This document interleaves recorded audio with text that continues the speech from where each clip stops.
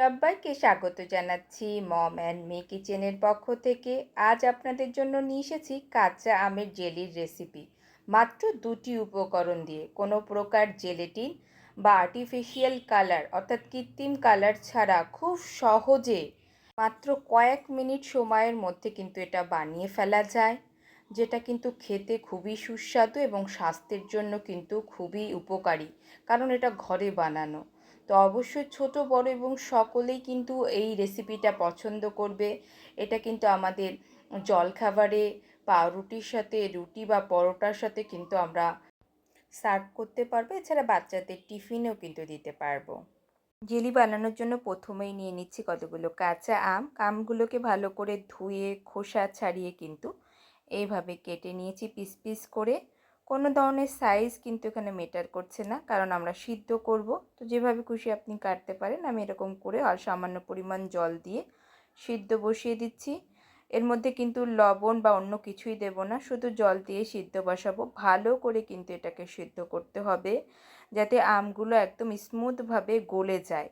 দেখুন, অল্প জল দিয়ে সিদ্ধ করবেন, যাতে পরবর্তী স্টেপে আমাদের সুবিধা হয়। বেশি জল দেওয়ার দরকার নেই, যতটা আম সিদ্ধ হওয়ার জন্য জলের প্রয়োজন ততটাই দেবেন। আম ভালোভাবে সিদ্ধ হয়ে যাওয়ার পর গ্যাসের ফ্লেমটা অফ করে এটাকে ঠান্ডা হতে দেব। কিছুটা সময়ের মধ্যে এটা ঠান্ডা হয়ে গেলে এটাকে কিন্তু মিক্সার জারে সম্পূর্ণ সিদ্ধ আমটা ঢেলে নিয়ে এটাকে একবার ঘুরিয়ে নেব। দেখুন কি স্মুথ একটা পেস্ট তৈরি হয়েছে। জল অল্প দেওয়ার জন্য কিন্তু দেখুন কি সুন্দর একটা টেক্সচার তৈরি হয়েছে। সব সময় চেষ্টা করবেন যতটা জল দরকার হবে সেদ্ধর জন্য ততটা দিতে। একটা প্যান নিয়ে নেব, প্যানের মধ্যে সমস্ত এই আমের পিউরিটা ঢেলে দিচ্ছি। ঢেলে দিয়ে গ্যাস কিন্তু অন করে দেব। দিয়ে দেব এর মধ্যে চিনি। যতটা পরিমাণ পিউরি হবে ততটা পরিমাণেই চিনি লাগবে, যেহেতু জেলি। বাট আপনি চেক করে নেবেন কাঁচা অবস্থাতে আপনার আম কতটা টক। আমার আমটা কিন্তু অতটা টক ছিল না, আমি কাঁচা অবস্থাতে একটু চেক করে নিয়েছিলাম। তো তারপরেও কিন্তু প্রায় সম পরিমাণ চিনি, অর্থাৎ 2 কাপ পিউরির জন্য আমি কিন্তু এখানে 1.5 কাপের বেশি চিনি ব্যবহার করেছি। ব্যাস এই দুটো, আর কোনো উপকরণ লাগবে। এটা ততক্ষণ পর্যন্ত জাল দেব যতক্ষণ না পর্যন্ত যে চিনিটা, দেখুন আপনারা জল গলছে, এই চিনিটার যে জলটা গলবে সেটা যতক্ষণ শুকিয়ে না যাচ্ছে। যেহেতু আমরা সিদ্ধের সময় কম জল দিয়েছি, তাই চিনির এই বেরোনো জলটা কিন্তু শোকাতে খুবই অল্প টাইম লাগবে। অল্প সময়ের মধ্যে কিন্তু আমাদের এই জলটা শুকিয়ে যাবে। অবশ্যই করে কিন্তু চুলার আঁচ সবসময় কিন্তু লো টু মিডিয়াম ফ্লেমে রাখবেন, হাই ফ্লেমে এটা বানাবেন না। লো টু মিডিয়াম ফ্লেমে খুব অল্প সময়ের মধ্যেই দেখবেন এই চিনি থেকে বেরোনো জলটা শুকিয়ে যাবে, একটা কালারও চেঞ্জ হয়ে যাবে, এবং তখনই কিন্তু আমরা এটাকে বন্ধ করব। অবশ্যই আপনারা দেখতে পাবেন যে কিছুটা সময় জাল দেওয়ার পর এটার কেমন কালার বেরিয়েছে বা টেক্সচারটা কেমন বেরিয়েছে।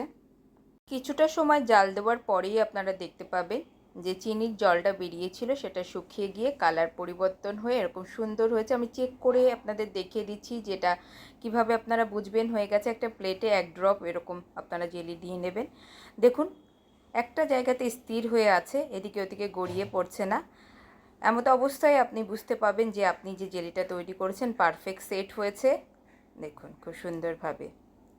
গ্যাসের ফ্লেমটা কিন্তু এমতো অবস্থাতে আপনাকে বন্ধ করে দিতে হবে। গ্যাসের ফ্লেমটা বন্ধ করে দেওয়ার পর 2 মিনিট এটাকে ঠান্ডা করতে হবে। 2 মিনিট ঠান্ডা হয়ে গেলে ঠান্ডা হয়ে গেলেই কাচের জার বা বয়মের মধ্যে কিন্তু এইভাবে এই জেলিটাকে সংরক্ষণ করার জন্য ভরে নিতে হবে। মাথায় রাখবেন পুরো ঠান্ডা হবে না, 2 মিনিট কিন্তু ঠান্ডা করে নেবেন। হালকা গরম অবস্থাতেই কিন্তু আপনাকে বয়ম বা জারের মধ্যে কিন্তু এইভাবে ভরে এটাকে সংরক্ষণ করতে হবে। পুরো জেলিটি বা জ্যামটি এইভাবে কিন্তু জার বা বয়মে ভরার পর মুখ খোলা অবস্থাতে ঠান্ডা করতে হবে।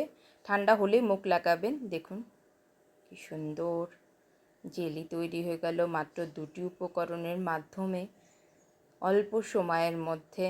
এটা কিন্তু আপনারা বাইরে রেখে 6 মাস খেতে পারবেন, লাইট ফ্রিজে রাখলে 1 বছরের অধিক সময়। একটা পাউরুটির উপরে আপনাদেরকে ছাড়িয়ে দেখিয়ে দিচ্ছি যে দেখুন, সত্যি বলছি আমার ঘরে বাচ্চা আছে, ভীষণ পছন্দ করে। তাই কাঁচা আম ফুরিয়ে যাওয়ার আগে অবশ্যই এই রেসিপিটি আপনারা একবার ট্রাই করতে পারেন। ভিডিওটি ভালো লাগলে লাইক, কমেন্ট, শেয়ার করে সবাইকে দেখার সুযোগ করে দেবেন। এই চ্যানেলে প্রথমবারের মতো হলে অবশ্যই চ্যানেলটিকে সাবস্ক্রাইব করবেন, বেল আইকনটাকে প্রেস করে রাখবেন। এমন নিত্য নতুন অনেক রেসিপি পাওয়ার জন্য অবশ্যই আমার পাশে থাকবেন। সবার সুস্থতা কামনা করছি। অসংখ্য ধন্যবাদ সবাইকে। সবাই ভালো থাকবেন।